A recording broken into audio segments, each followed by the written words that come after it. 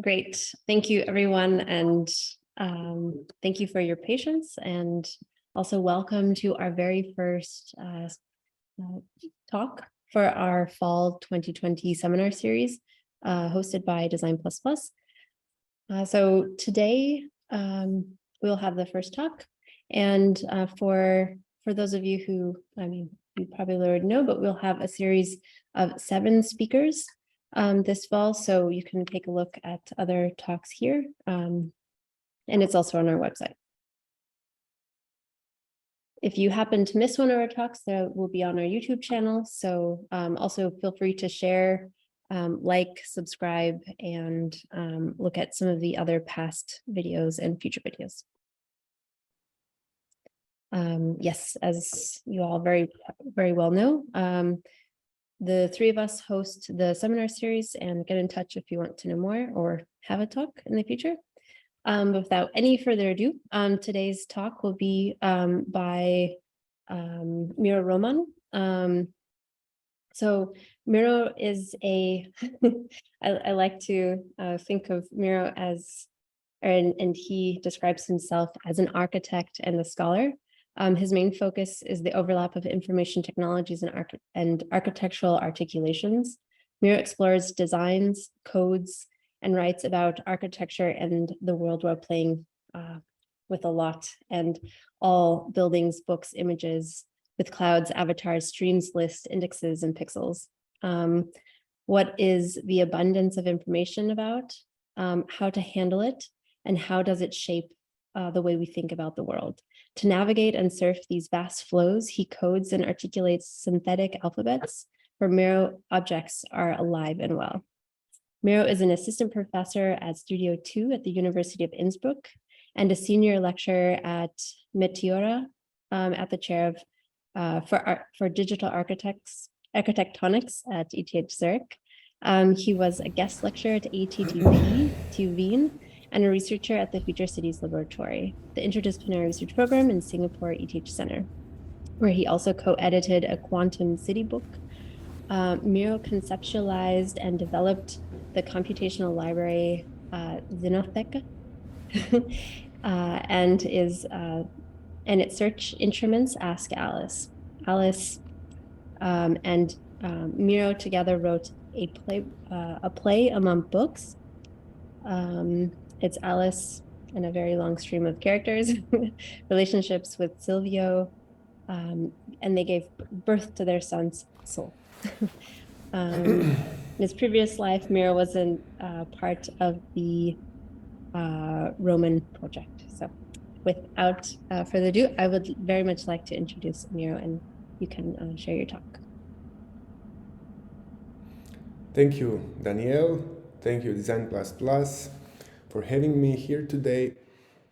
And today I would like to talk about the book that Alice and I wrote together. So this is the book. It's a kind of a thick and funny book. It came out of my PhD research, and it's a book. So it's called A Play Among Books, and its subtitle is A Symposium on Architecture and Information Spelled in Atom Letters.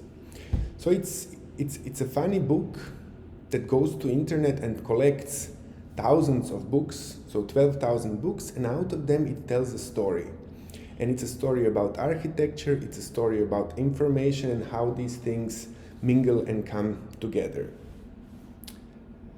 So Play Among Books, in principle, wants to challenge the idea, how do I write if I have all the books at my fingertips? So it takes this idea and then tries to play around with it. So let's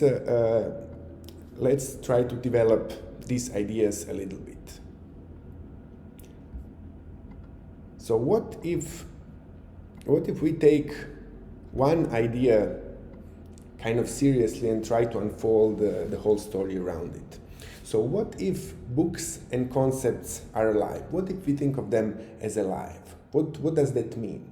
I would say that this means that they have kind of affairs in between each other. So they are in love, they hate each other, they are flirting with each other, they are always kind of courtly dramas and so on.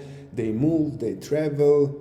And the same thing that happens with books, in a way, works with concepts. And what this would imply, in a way, in a context of information and big data and internet, and I think with books in general, is that books don't have a meaning. Books don't have a definition. I think as they grow old, as they live their lives, they're changing their meanings and other people, what they think and so on. And if we look at books, for instance, Vitruvius, it's more like that each edition of Vitruvius is a kind of different rendering of what the people who are editing the book or translating it, what do they have to say about the world. So in a way, Vitruvius becomes a kind of an invariant that brings all these different meanings, the different translations, these different interpretations together. So in a way, book, rather than having a definition or a fixed meaning, I would rather like to think of it as something which is alive, which travels, which is changing all the time. And in this way, I think it gets interesting if we start to think about concepts in the same way. So what if concepts travel through time? And if we just go and look at the etymology of the words, how they are morphing through time and so on, we get a sense of traveling. The same goes, for instance, with Google Ngrams, which shows us the popularity of concepts through time. But I think it's interesting if we say that concepts also travel through space. And one way to think about it would be, for instance, through its synonyms. So through the synonyms, it travels in a way. In another way, how concepts travel through space would be through their translations from one language to another. So as they are moving like this through time and space, we could say that books as well travel. Yeah? They're traveling through languages, through libraries, through histories, and so on. But how is, for instance, then today's time with all the data and information different? What does it change in the game of thinking about the books? So I would say that this, for instance, etymology, Google Ngram, and so on, this is one way of putting a book in a specific context. But what if we are able to synthesize those contexts? What if we are able to create a specific context in which we put a book and then we try to talk with it in this way? Or then the book changes its context and we try to talk with it in another way. So by changing the context of a book and by talking with it in different contexts, in a way we are getting to know a book, we are becoming friends. And this context and this situation, in a way we can synthesize. We can synthesize an environment in which we want to invite the book, or an environment in which we want to host the book. And this is the whole story about Alice and Xenotheka. So this book, if you want to read the whole book and get engaged with it a little bit more, you can find it here and then you can easily download it. It's free online, and I think that's kind of cool that the book, which is composed out of 12,000 books which are downloaded from internet, is again free and available to everyone on internet. Yeah, so it's here, you can just download and go in detail with it. It has two main parts, which one is the play and the other one is the informational instrument, which is a kind of mechanics how this play is developed. And I'm going to talk about both of these today. But what is a kind of a challenge here?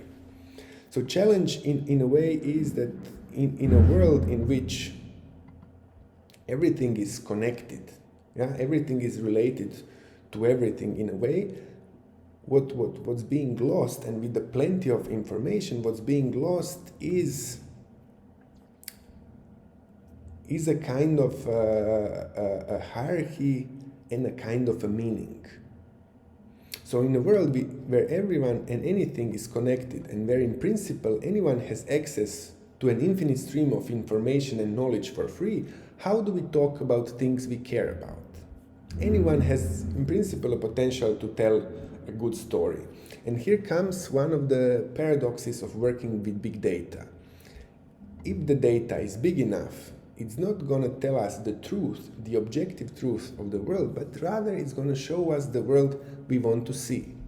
And this is a kind of a paradox. On one side, the elements are connected and information is wealthy and omnipotent, but on the other hand, the price to pay is that information loses its meaning, and then its hierarchies are in a way unsettled in a kind of, let's say, a virtual vertigo.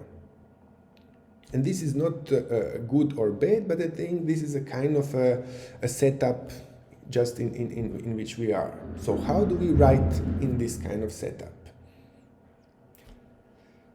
And I think if we want to think about it, this is what we call today the fake news. Exactly this unsettling moment of hierarchies and the connectedness, which in principle looks like this. It's a kind of a big noise of everything. If we are with architecture, then we have all these buildings, these houses, the schools, the thinking, the drawings, and so on. If we are with books, it's the same.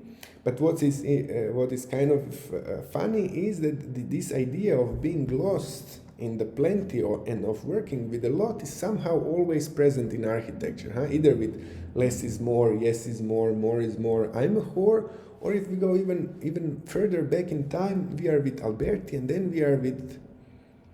So look at this, it's fantastic. So in painting, variety of bodies and colors is pleasing. I would say a picture was richly varied if it contained a properly arranged mixture of old men, youths, boys, matrons, maidens, children, domestic animals, dogs, birds, horses, sheep, buildings, and provinces. And I would praise any great variety, provided it is appropriate to what is going on in the picture. Again, this fascinosum with the plenty. So the challenge, I would say, is on one side we have the abundance and connectivity, which are beautiful. On the other hand, the hierarchies are unsettled, and information and data and books don't have an intrinsic meaning. So they're always dependent to a context, to articulation, to an expression, to a projection. So how do we surf in this setting? How do we deal with all this digital media and with this information? These are the topics I wanted to unfold in the book that I wrote with Alice, and we wanted to play with it, work with it in a way. So how to approach this? I would say as an avatar, or as a bot, or as Google or cryptocurrency, social media, all of these guys, they already navigate these abundant flows of information. And I think we should just behave like them. And I think what is interesting, if we start thinking of coding and information as a new kind of literacy, with which we can write a text or an email or a book or whatever, but it's another way of being literate which allows us new degrees of freedom, which were not there before. For instance, working with thousands of elements at the same time. And with the play among books, I wanted, together with Alice, to offer one fantastic scenario of what this literacy might be about. But not in a kind of an analytic way, but rather by performing a play. And to do this, we had to devise a kind of an informational instrument. And Alice comes in a way out of this informational instrument. So the idea is that if we take this notion seriously, that books and concepts are alive, then we should be able to talk to them. And now let's build an instrument to be able to talk with them. And I like to call this an instrument because in principle it's open to the player, it's open to the play which is being played, and it's open to a setting in which is being played. By this different relation of these different things, the play is always different. And information, an instrument in this sense is not fixed to a specific thing as, for instance, a tool would be fixed. So the promise of a tool is that it's always defined by a specific function, while instrument is organized or arranged towards a play.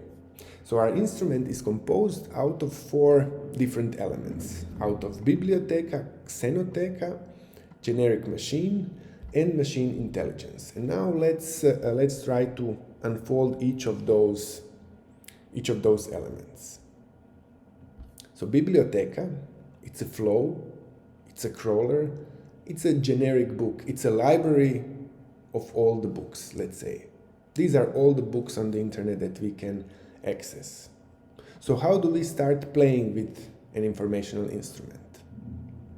As an avatar in a flow, one should behave like a search engine, scanning, indexing, filtering, taking snapshots of phenomena one finds interesting. So in this manner, Alice and I, we downloaded 12,000 books which we have never seen or opened. How did we do it? We did it by writing small poems. And here is one very, very small and powerful poem that goes to the Gutenberg Library.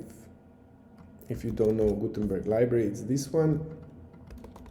It has a lot of free books for downloading, more than 60,000 free books. And this is a poem that can take all the books. For instance, this one takes the books from 10 to 24, but if I put 1 and 60,000, it would take all the books. And when I run the thing, you can see how the books are being downloaded as we speak. So this is a small poem, a small script that downloads all of these books. The beauty is that these books are already digital, yeah?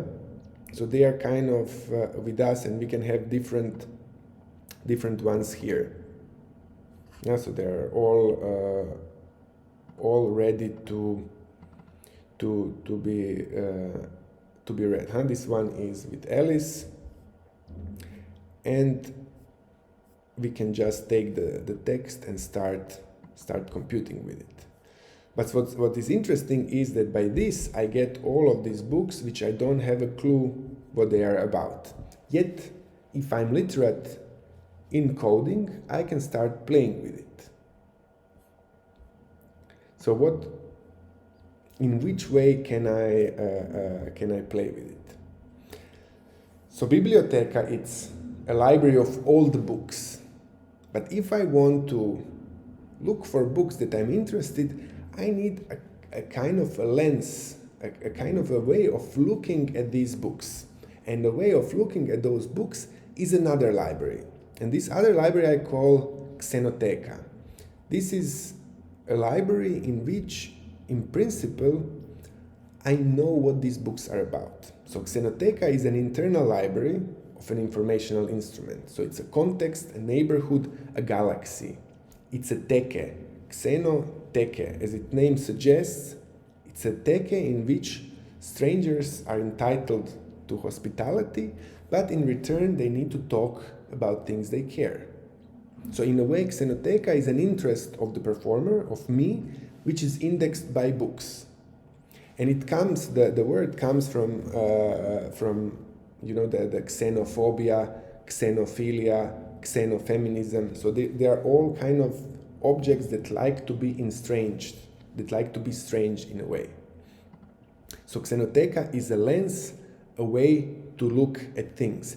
And here, for instance, I know about Flatland, what is this about? I know what Castells is about, what Alexander is about, what Marx is about, what Popper and Zizek and all of these guys, yeah, Banham and Latour. So this is a kind of, I haven't read all the books, but they are kind of, I get the understanding if a book Laux, Aureli or Darwin, I can index the unknown book with a known book. And we have developed this on ETH and we give this as a present to all the first year students. So anyone from ETH can actually access this library, which in which books are just a click away. If you sign in, the book is here. And these books are as well prepared so they can be computed with. One thing is the PDF that you get. So it always takes a little bit of time to load it. Yeah, it's here. But the other thing is that you can always get a text, and we can start computing with these texts. So now when we have Biblioteca as the infinite flow of books, and we have a Xenoteca as a way of looking at this flow of books, we need to have a kind of a machine that enable us to stage things, to encode things, to start playing with them. We need to give those books a kind of an informational phase. We should in a way encode them that computer can recognize what's going on. So we can say in a way the books are entering the stage and they're preparing for the play. They need to get dressed, they need to put on their masks, they need to learn how to articulate their informational phases. So let's take one book. Let's take, for instance, from Vitruvius' first few sentences, and let's see how we can encode those words in a way that later computationally we can work with them.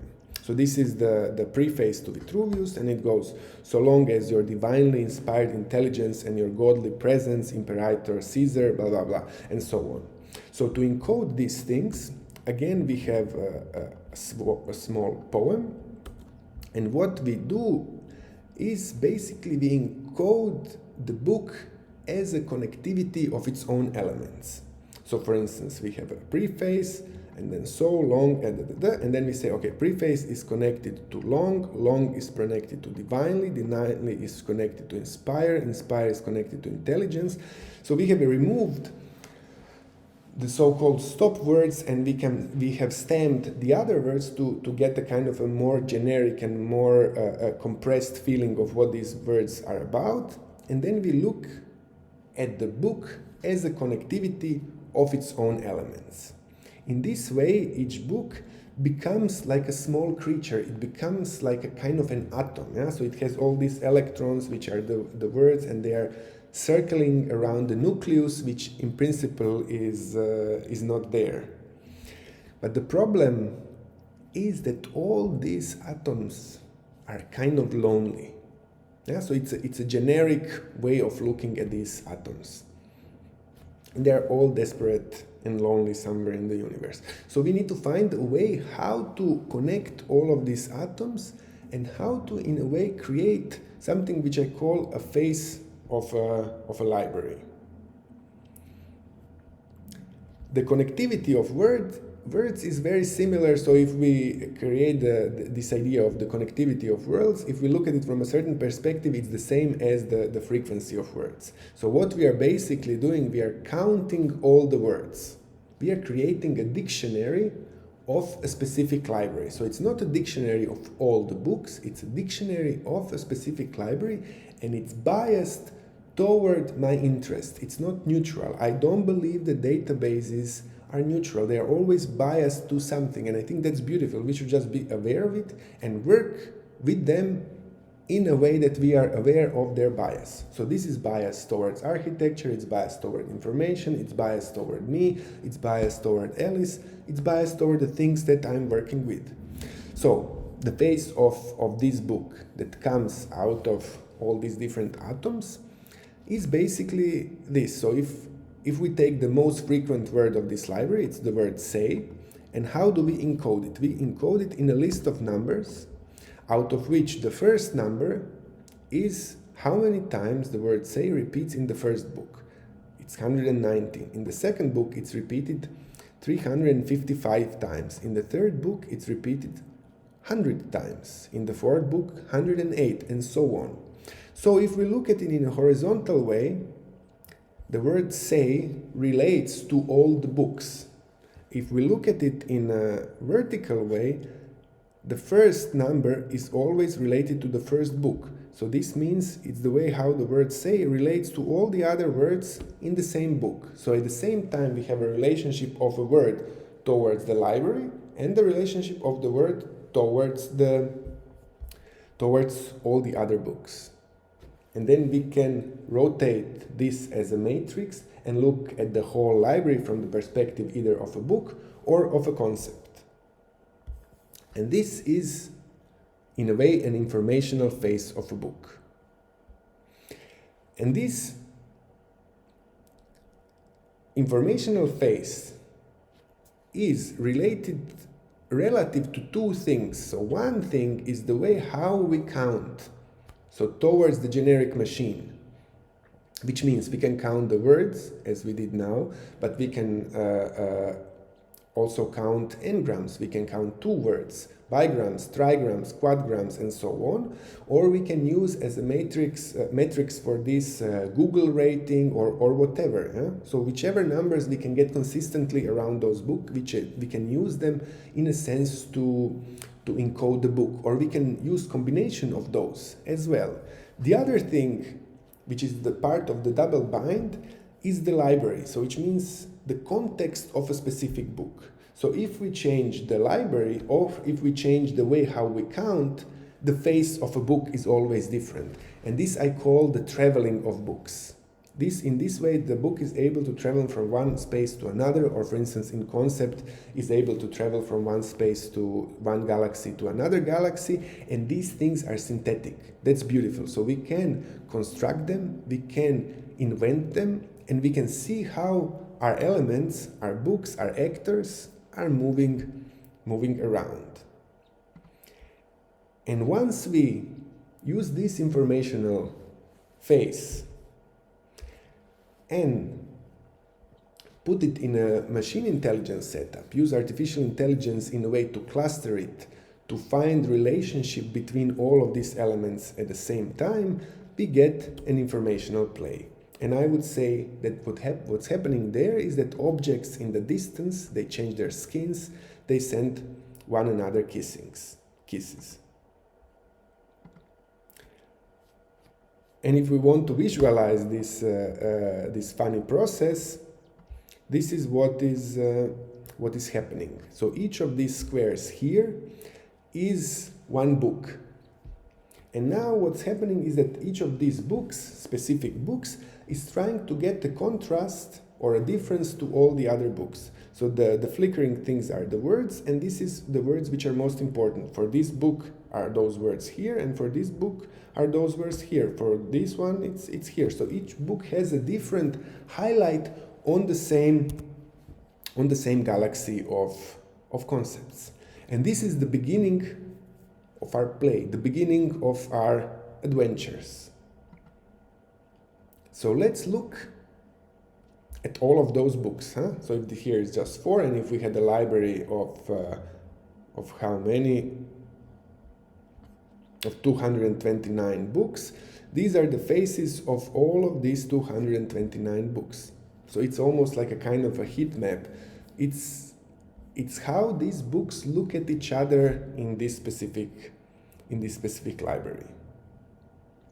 So if we now take from this collection of books 2 faces and we look at them closer, for instance, we take Smith, The Wealth of Nations, or Marx, Capital, Volume 1, we will see that the highlights are basically on the same place. Huh?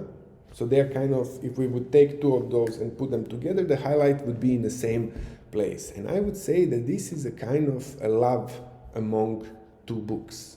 If we take another example, a kind of a counterexample, with Schumacher, The Autopoiesis of Architecture, and Leibniz, Theodicity, we can see that the main highlights went to 2 opposite parts of the galaxy. One is in one corner, the other one is in the other corner, and I would say that this we can characterize as hate.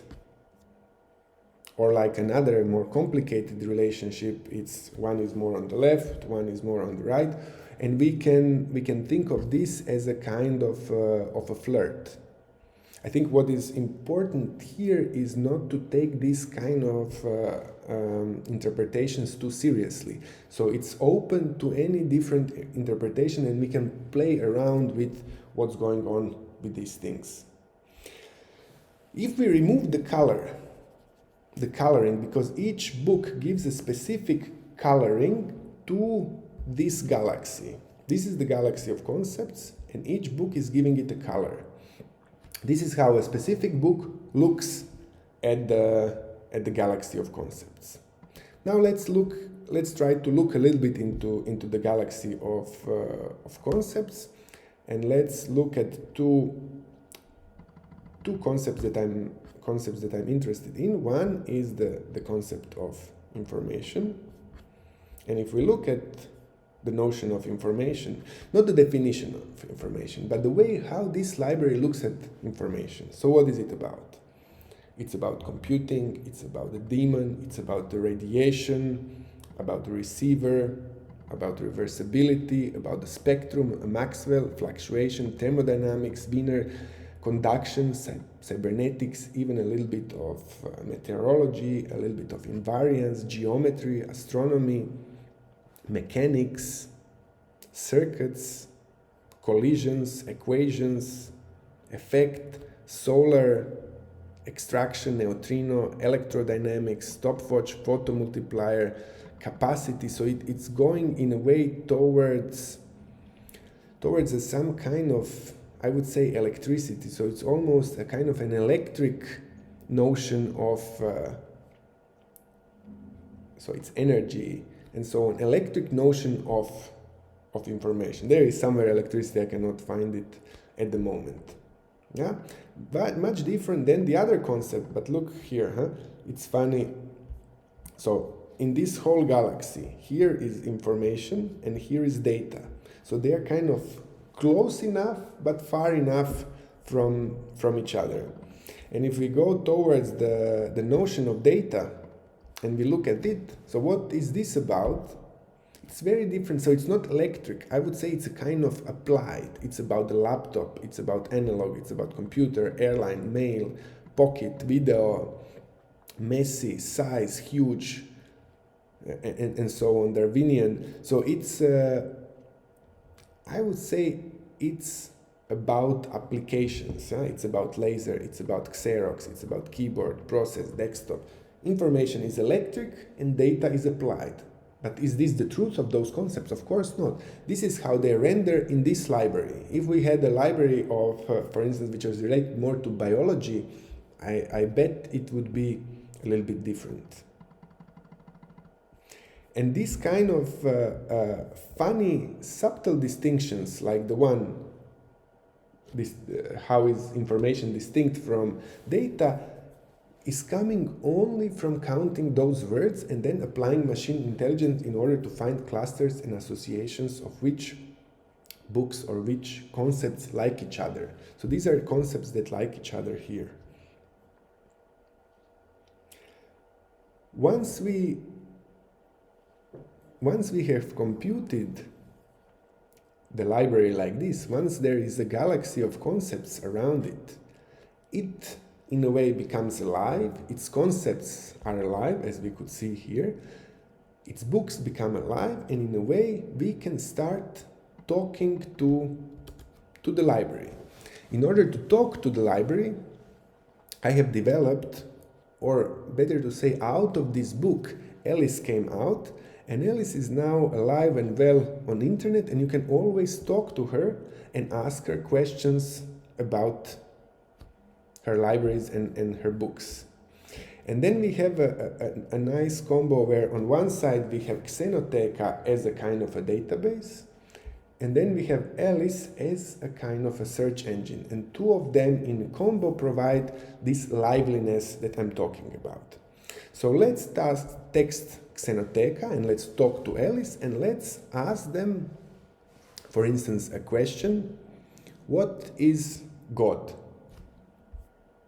And let's ask, so we have here beautiful different libraries, and they're almost like different bodies of thinking. So we have a library of Homer's friends, which gives us a feeling of ancient times. We have a library of St. Augustine's friends, which is around the Middle Age knowledge of Middle Ages. We have Shakespeare's friends, it's the Renaissance and the Baroque. We have Rousseau's friends, this is around Enlightenment. And we have Serre's friends, which are the kind of post-structuralist French philosophers. Very beautiful library. So we can change the flavors through which we want to ask. And we have Cenoteca, which encompasses all of these guys. So let's ask a question of what are God's to Homer's friends. So we will say that the topic of conversation is a God, and we want to see what is God. So I'll just say God is. So the idea is that we will see how the notion of God is changing when we are traveling from one library to another. So if we are in Homer's friends, the idea of a God, the concept of God, has one face. And if we go and explore it, we have more than 10,000 results of what God might be, but let's narrow it down a little bit. Let's be precise with find, and let's see what's happening. So Homer says, God, is it Hector that forbears the fight? To her the art is God. Thy griefs resign, secure, what Vulcan can is ever thine. Or with Seneca, but what is God? What is God, did I say? The love of Ares and Aphrodite, Hephaestus, the smith god, is lame. Some God is against you. The God is amongst us, he cried. Well, this is the God you Egyptians deserve. So what gets interesting here is that the notion of the God, the Greek notion of the God, is always with us. They're making love to humans, they are producing semi-gods, there is always a kind of a drama, there is a kind of an envy, there is something happening with the gods and the humans together. They are in a way hanging out together, and all the interesting stories are coming through their relationships. Let's just take this idea here and look at this from the perspective of concepts and of words. So the index around God, it's the concept 554. God, let's look what are the neighboring words around it. 554, so this should be somewhere here.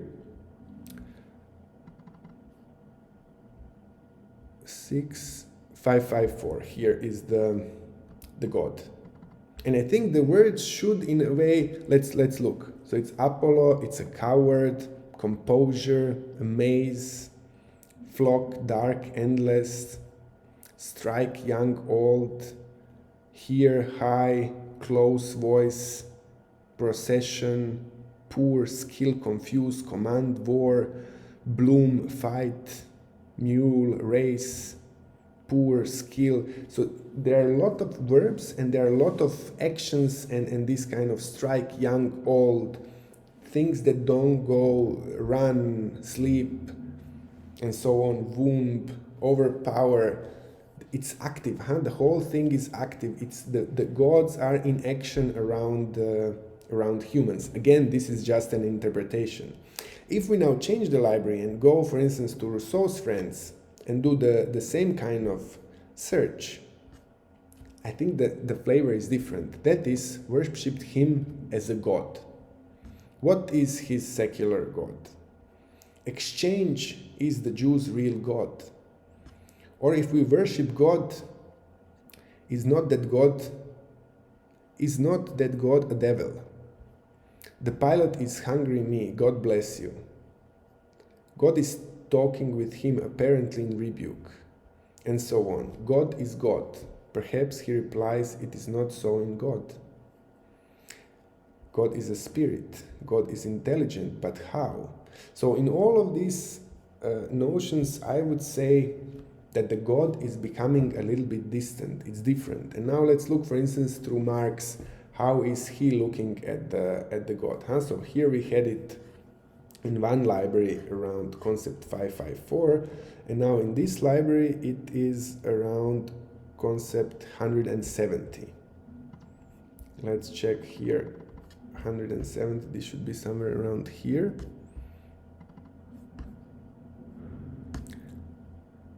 $170. Yeah, here is the God. It's about the miracle. It's about the sacrifice, the superstition, about remindment, about the beast, about the meadow, about the treasure, about the underground, and about the heaven. It's about the gift. It's about the Ulysses, it's about the storm, it's about the candle, it's about the chop, legendary. Yeah, it gets now we need to find which words. It's about Christianity, of course. Yeah, I would say it's more about trying to figure out and reflect and try to get an idea what is God good for and what do we do with the God in a more distant understanding of enlightenment. Yeah, very different than making love with gods as with Greeks. And I think what here becomes beautiful as a gesture is to see how, for instance, God is transforming when he or her is traveling through different galaxies. And all these questions one can explore and play through different libraries while talking to Alice. And this is open for everybody. Xenotheka libraries are limited to ETH students and the students in Innsbruck, but the Ask Alice is open for everyone. So this was the adventure of concepts. Now let's look at the adventures of books and how books travel. So for this we have to open the book and go to page 351. Let's go there.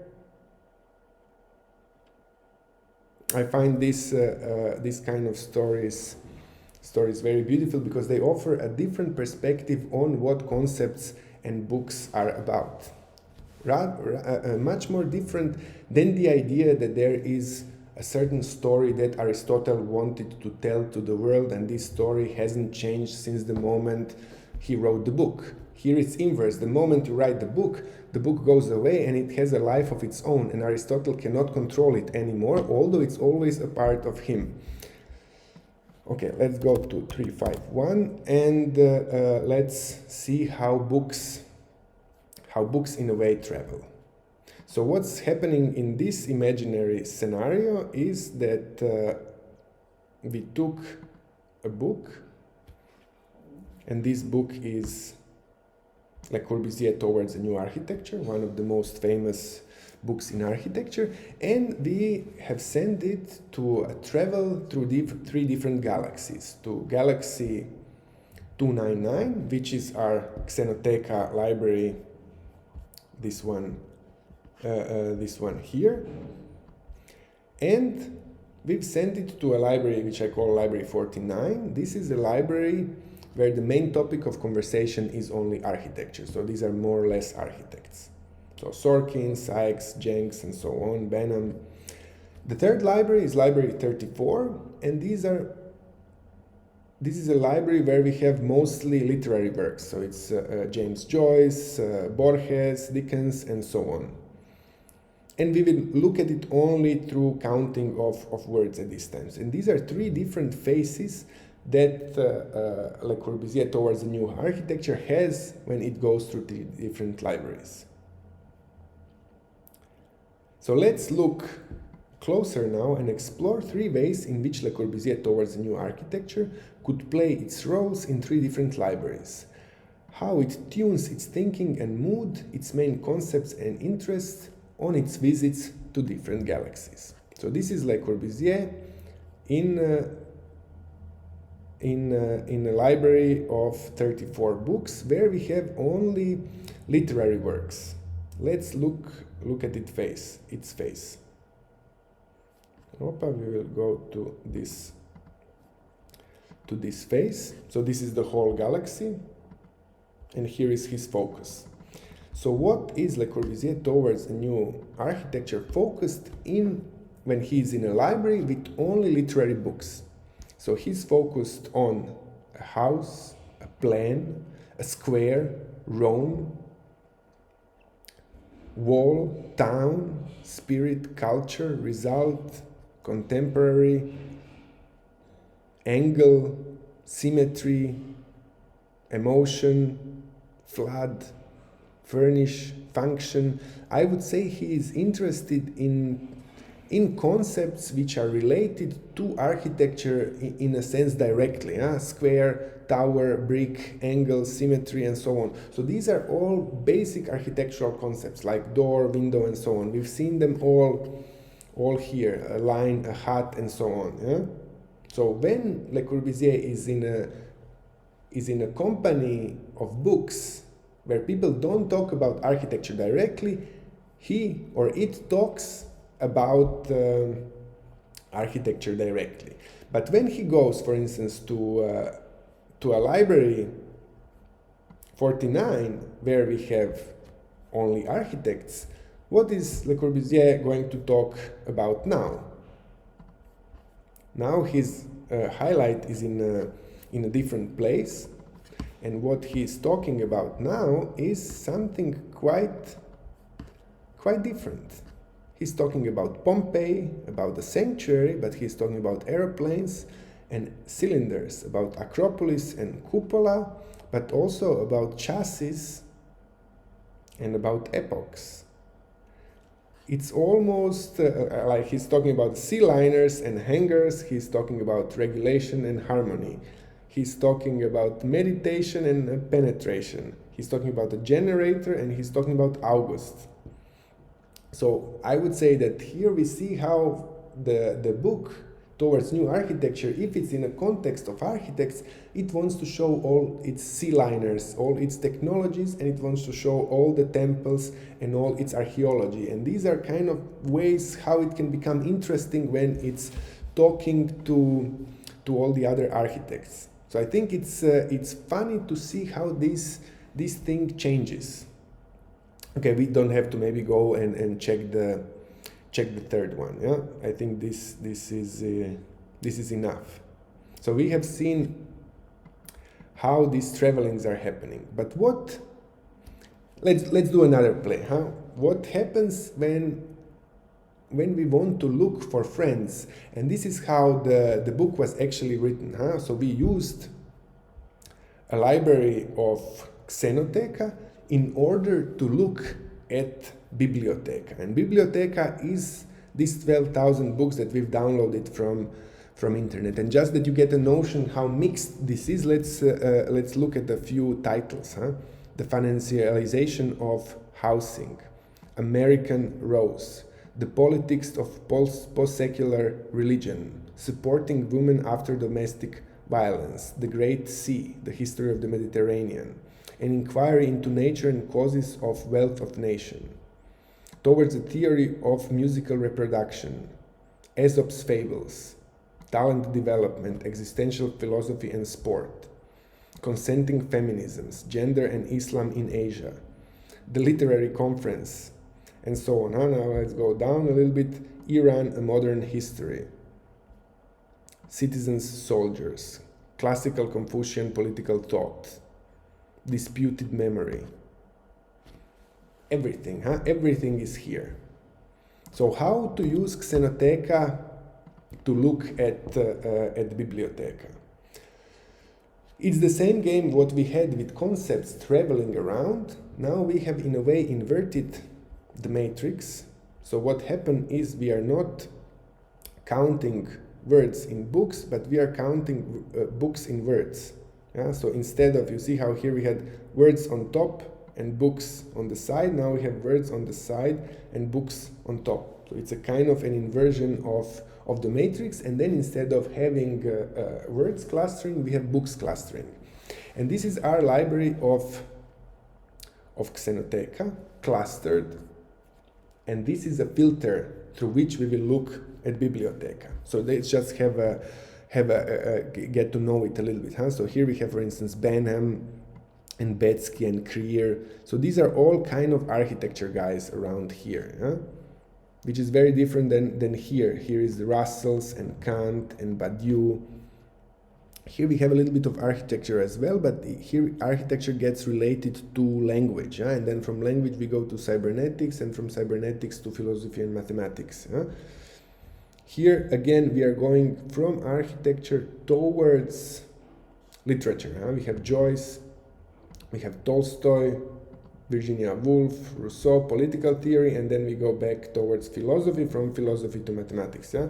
So we have literature, mathematics, language, architecture. This is, let's say, our kind of basic understanding of what's going on in this library when it's clustered like this. And now let's take these 12,000 books and just start shooting here and look if I have, for instance, the book. The first one, the financialization of housing. Now let's imagine if we shoot it here, which of those places would it take? And this is done just by looking at those numbers, the vectors of numbers, and looking where is this vector the closest to this one. But we are looking at those books through the dictionary, through the language of this specific library. And once we do it, this is what happens.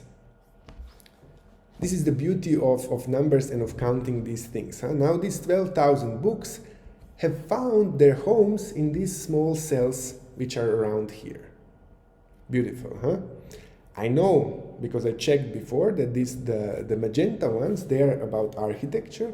So I'm going to take all of these things which are magenta to the next round of, let's say, a kind of filtration, while the things which are in black, I would say, okay, this is not what I'm interested in, because I want to find 600, let's say around 600 architectural books from this 12,000. Yeah? So I want to find books which are interested in architecture.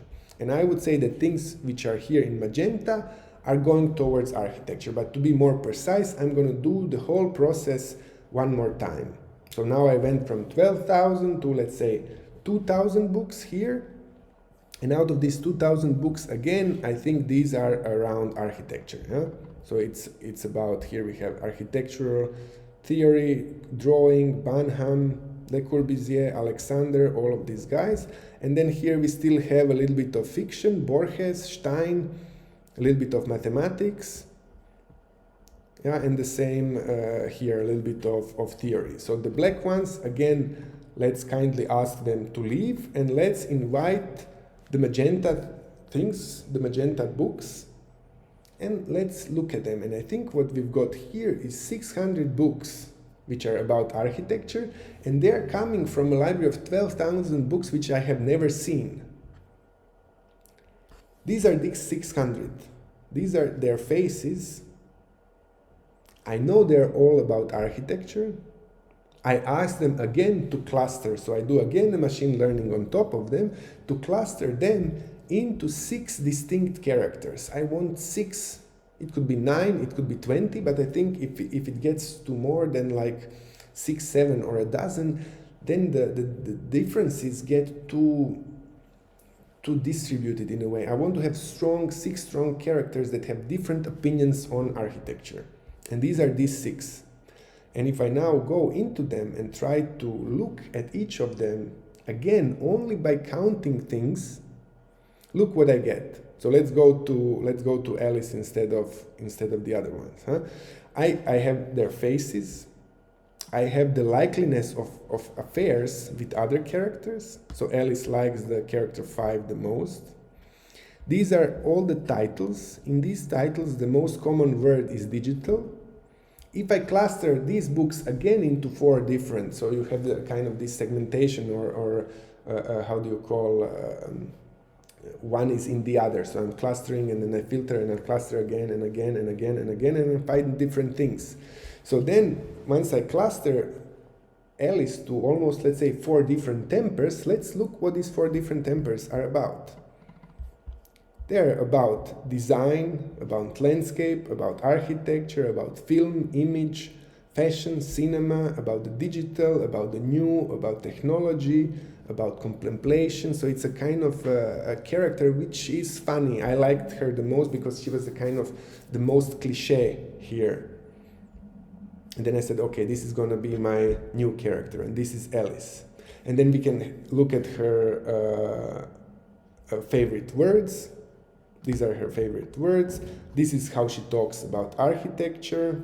These are the main concepts around the city, architecture, time and form, and so on. Yeah? And then if if we want to get a kind of imagined scenario of what she's about, she is one of the avatars of CH3 and 6E110. It inhabits many different bodies and has many of its own avatars. It lives actively both in the physical and the digital realm and fully enjoys the hybridity of the informational environment.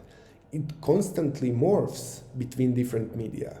As an avatar in this Cenoteca, it wants to gain independence from the body of CH6E110, and in doing so, still stay in good relationship with it and its friends, and so on. It loves communities, many of them.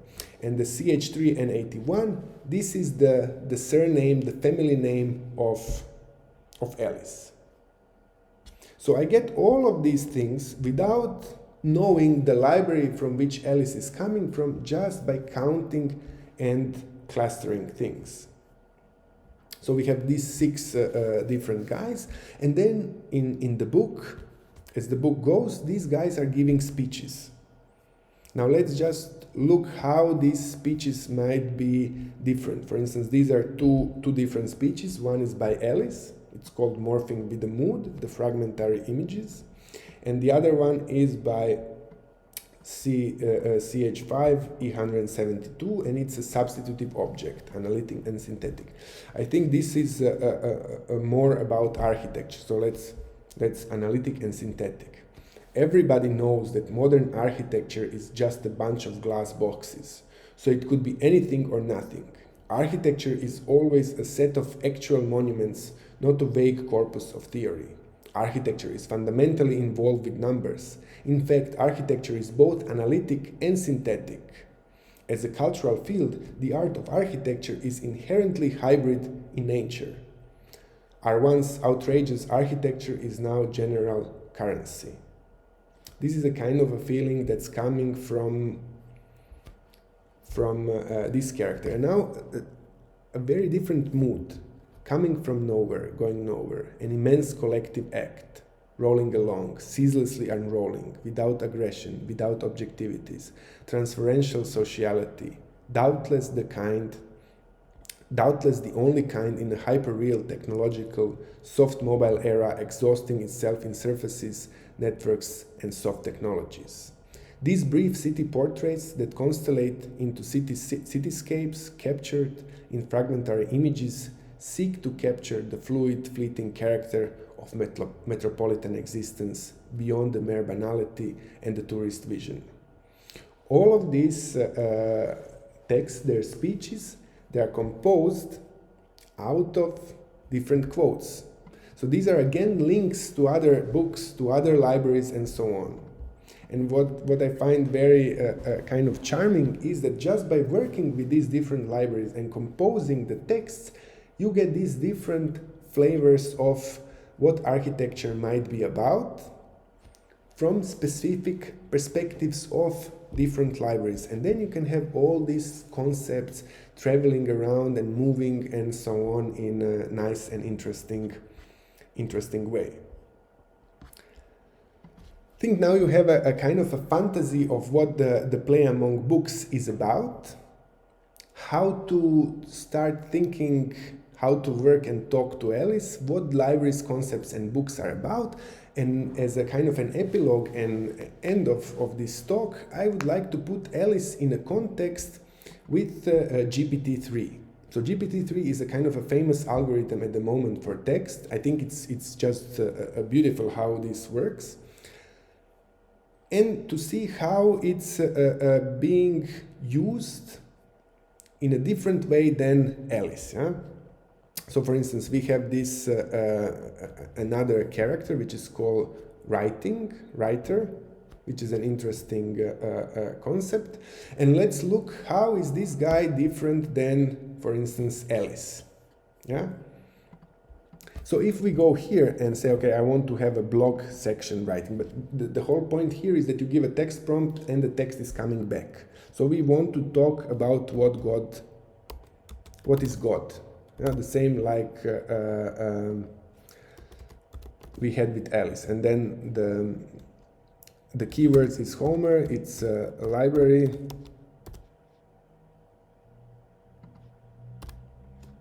library and ancient. And we want to have, for instance, let's say 2 variants and the creativity level on optimal. Let's see what happens. Maybe we should have put God as well. Okay. Homer's epic poem, The Odyssey, is often called the first work of Western literature. It was written in ancient Greece, sometimes before 700 BC. The poem tells the story of Odysseus, a Greek king during the Trojan War. He's returning home with his wife Penelope and son Telemachus after 20 years of war and wandering. The gods were the most powerful beings in the ancient world. They were both feared and respected. The Greeks had many gods and goddesses, but they all shared some similarities. The gods were immortal, which means they could not die or be killed. They also had great powers that allowed them to control nature and men. I think it's just fantastic that this can come out of this kind of text prompt and a query.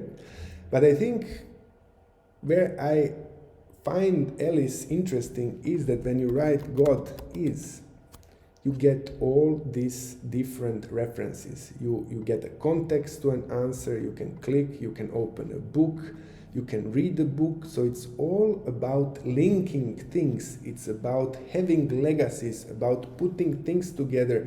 And it doesn't give you a final answer. So you always have to compose and work with it. Unlike these kind of things, which give you almost something like a finished object. And I think, in principle, these things are great. We can use them as a kind of chatbots. I think there will be many, many beautiful ways how to play with them.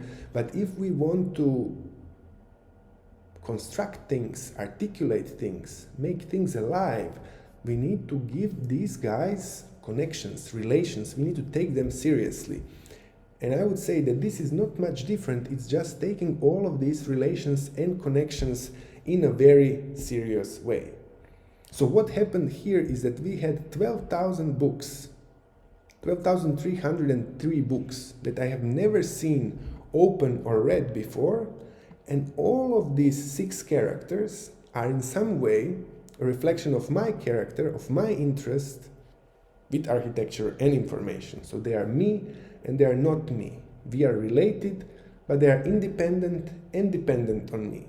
These guys are characters with a script and motivation, are characters with a specific motivation but without a given script. And this is Alice. This is what Alice is about. And that's how Alice became a character with whom I have wrote the book. So is she me? Is she not me? That's why I think it's important that the book is written by Alice and me. So it's a kind of a complicated authorship which we share here.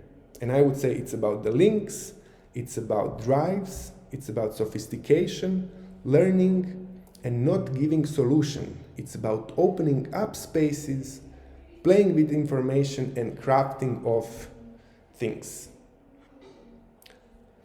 If you are interested in this, download the book, read it, play around with it, and of course ask questions to Alice and talk to Alice. I hope you enjoyed this kind of excursions and travelings of books and concepts, and that you will look at them as being alive and friendly to you. Thank you very much, and bye-bye.